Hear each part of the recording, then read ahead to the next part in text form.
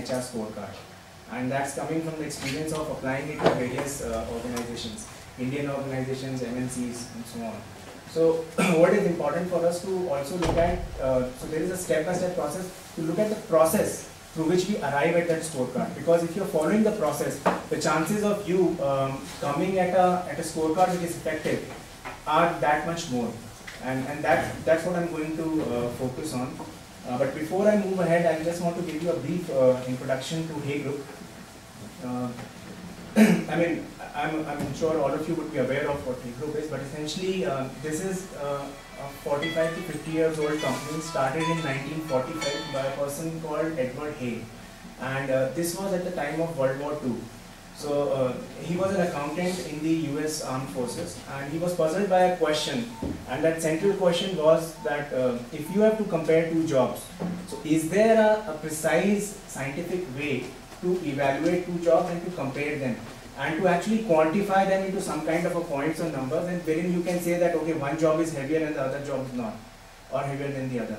So that was the basic problem that puzzled him, and basis his discussions, his own innovations at that point of time, he developed a methodology which ultimately came to be known as the Hay Guide Chart Job Evaluation Methodology.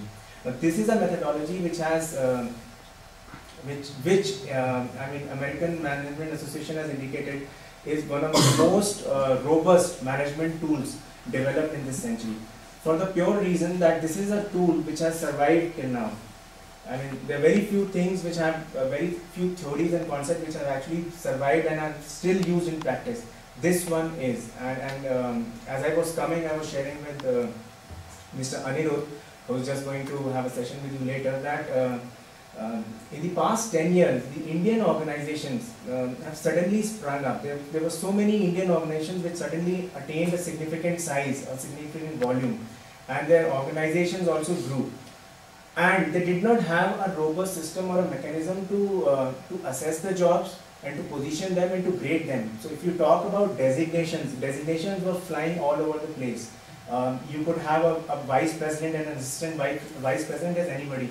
The value of a manager as a title reduced significantly. I mean, because these titles were abused in most cases. So ultimately, even these organizations wanted to have some kind of a robust system wherein they could actually evaluate the worth of a job and then assign a particular designation or title to it. And that's where this Hay job evaluation has really come into the picture and really going great. In terms of our spread, I mean, I've already indicated we have 65 plus years of existence. We are there almost everywhere, whichever is colored in orange, as you can see in the map. And in India, we set up shop 7 years before, and today we have around 200 odd clients and 3 offices in Gurgaon, in Mumbai, and in Chennai. So 75 odd consultants. So that's where we are today. And one particular characteristic about Hay Group is that this is one firm that invests very heavily in research and development. So essentially, I mean, there are other firms also, but in terms of the pure methodologies that are there, the level and the quality of intellectual property in terms of those methodologies is very, very high in Hay Group. And that's a result of this, as you can see, the $9 million investment, the annual investment that we do in the R&D every year. So that's there. And in terms of our practice lines and how we are organized, there are 3 core areas in which we serve.